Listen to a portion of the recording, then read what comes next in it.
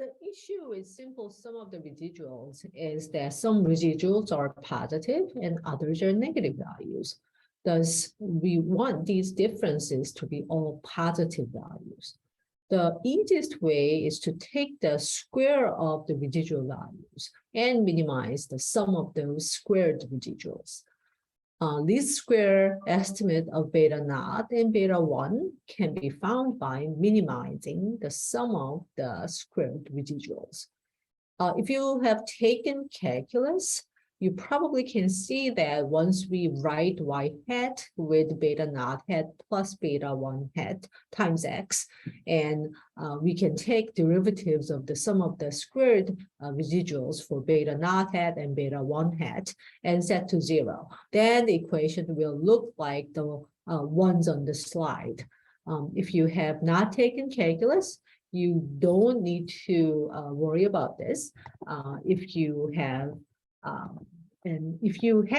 taken the calculus and curious about it, I encourage you to go through this process. You will see where those equations are from.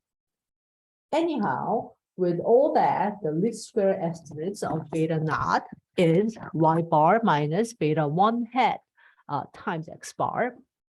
Here, y bar and x bar are the average of y and average of x. Note that beta naught hat depends on beta 1 hat value. The least square estimate of beta 1 looks a bit more complicated. The numerator is often called SSXY, and the denominator is called SSXX for the simplicity. We went through how beta naught hat and beta 1 hat can be calculated so far. For this class, we won't calculate these by hand, but we will get it from RStudio. However, I thought you might find it useful to understand where these numbers are from with what philosophy. Now, how are we interpreting beta naught hat and beta 1 hat once it is calculated using the least square method? Like we learned in algebra, beta naught hat is an estimate of y-intercept, y value when x is 0, and beta 1 hat is an estimate of slope, the increase of y value when x increases by 1 unit.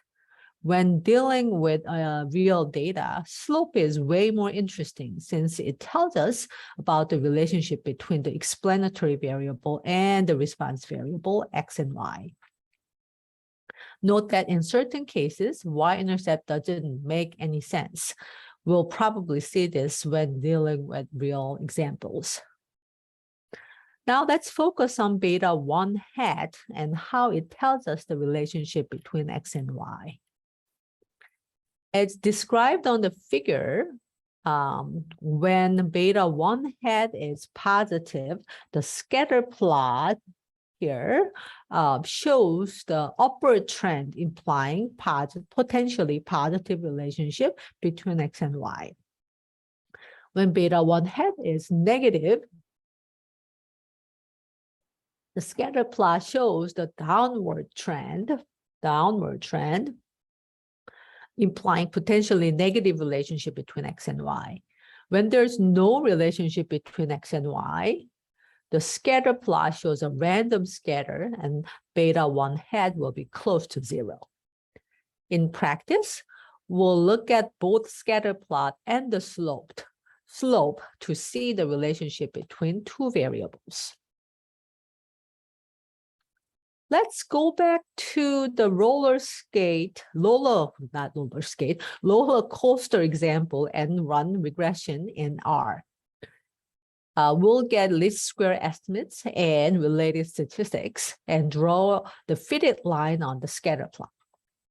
The function LM, here is the LM,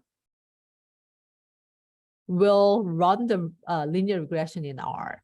Inside of LM function, the response variable goes first and tilde and explanatory variable.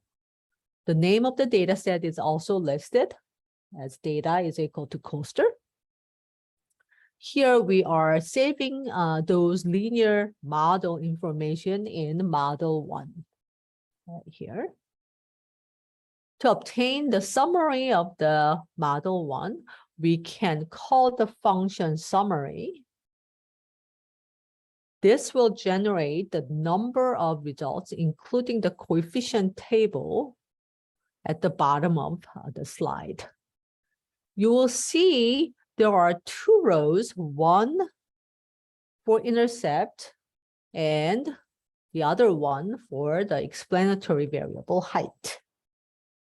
Here, beta naught hat is 19.85685, and beta 1 hat is 0.28941.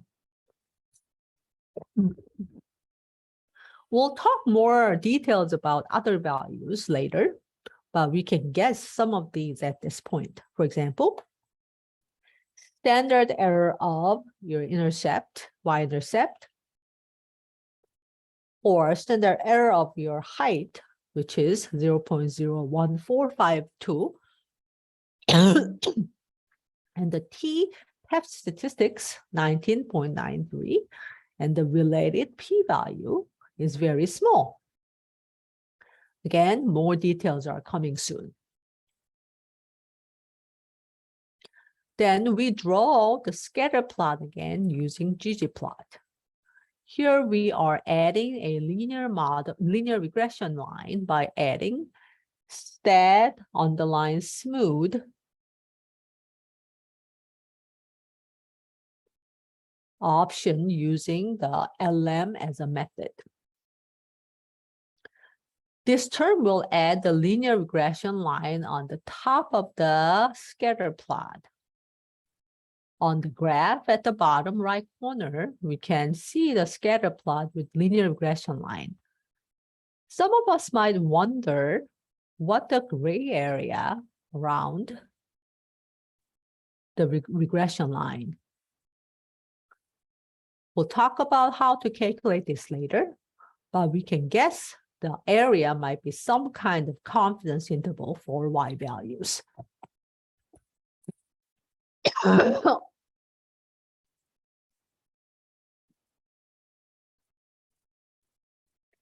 We found beta naught hat to be 19.85695 and beta 1 hat to be 0.28941. Meaning the y-intercept is 19.85-ish and the slope is 0.29-ish. In this context, when the height of the roller coaster increases by 1 foot, the maximum speed of the roller coaster increases by 0.289 mile per hour. Beta naught hat is the maximum speed of the roller coaster when the height of the roller coaster is 0 feet, which doesn't really mean too much for this particular example. Using the least square estimate of beta naught and beta 1, we can write the least square line or a fitted line or linear regression line as y hat is 19.8568538 plus 0.2894057 times x. If we want to predict average maximum speed with 150 feet high roller coaster, we can plug 150 in the place of x and calculate y hat 63.2677 as average maximum speed.